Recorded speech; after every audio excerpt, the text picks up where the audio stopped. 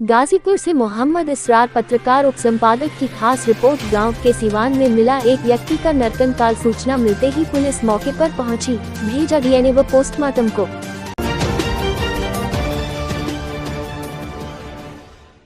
खबर गाजीपुर जिले से है, जहां पर सैदपुर थाना क्षेत्र के दुवारजुन गांव में शुक्रवार की सुबह करीब 11 बजे सुनसान स्थान पर मौजूद खेत में बने एक मकान के अंदर एक व्यक्ति का नरकंकाल मिलने से पूरे गांव में हड़कंप मच गया। सूचना के बाद पुलिस भी हलकान हो गई और तत्काल मौके पर पहुंची। वहां कंकाल पर कुछ कपड़े मिले, वहीं टी शर्ट व कुछ कपड़े कुछ दूरी पर मिले। कंकाल का मुंड वहीं से कुछ दूरी पर मिला।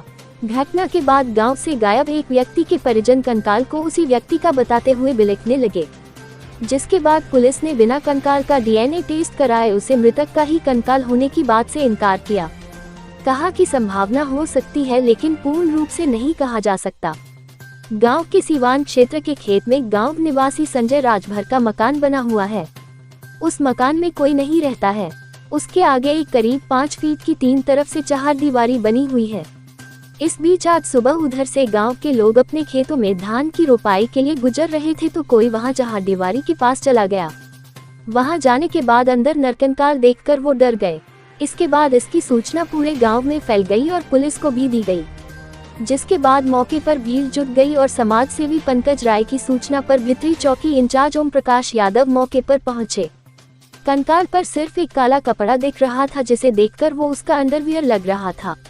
वहां उसकी टी शर्ट, काला हाफ पैंट, लाल गमछा आदि कुछ दूरी पर मिला। उसका मुंड भी कुछ दूर पड़ा था। कंकाल के कुछ जोड़ों वाले हिस्से में अब भी मांस होने का पता चल रहा था, जिससे लग रहा था कि उसके शरीर के मांस को कुत्तों ने खा लिया और जो बचा वो सड़ गया होगा।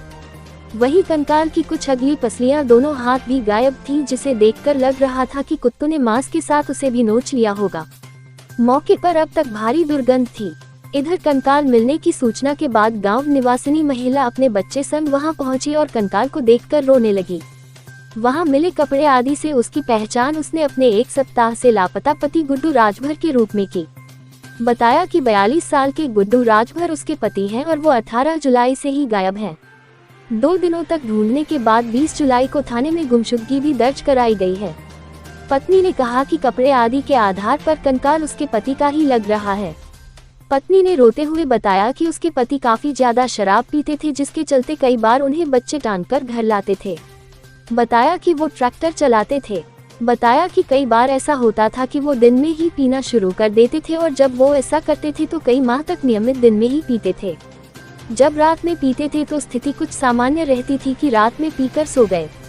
बताया कि 18 जुलाई को भी सुबह उठकर वो घर से निकले तो मैंने मना किया, लेकिन वो नहीं माने और चले गए।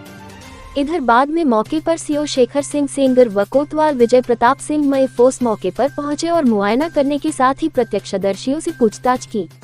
महिला की आशंका पर कहा कि बिना डीएनए टेस्ट के फौरी तौर पर कुछ भी कहना उचित नहीं है।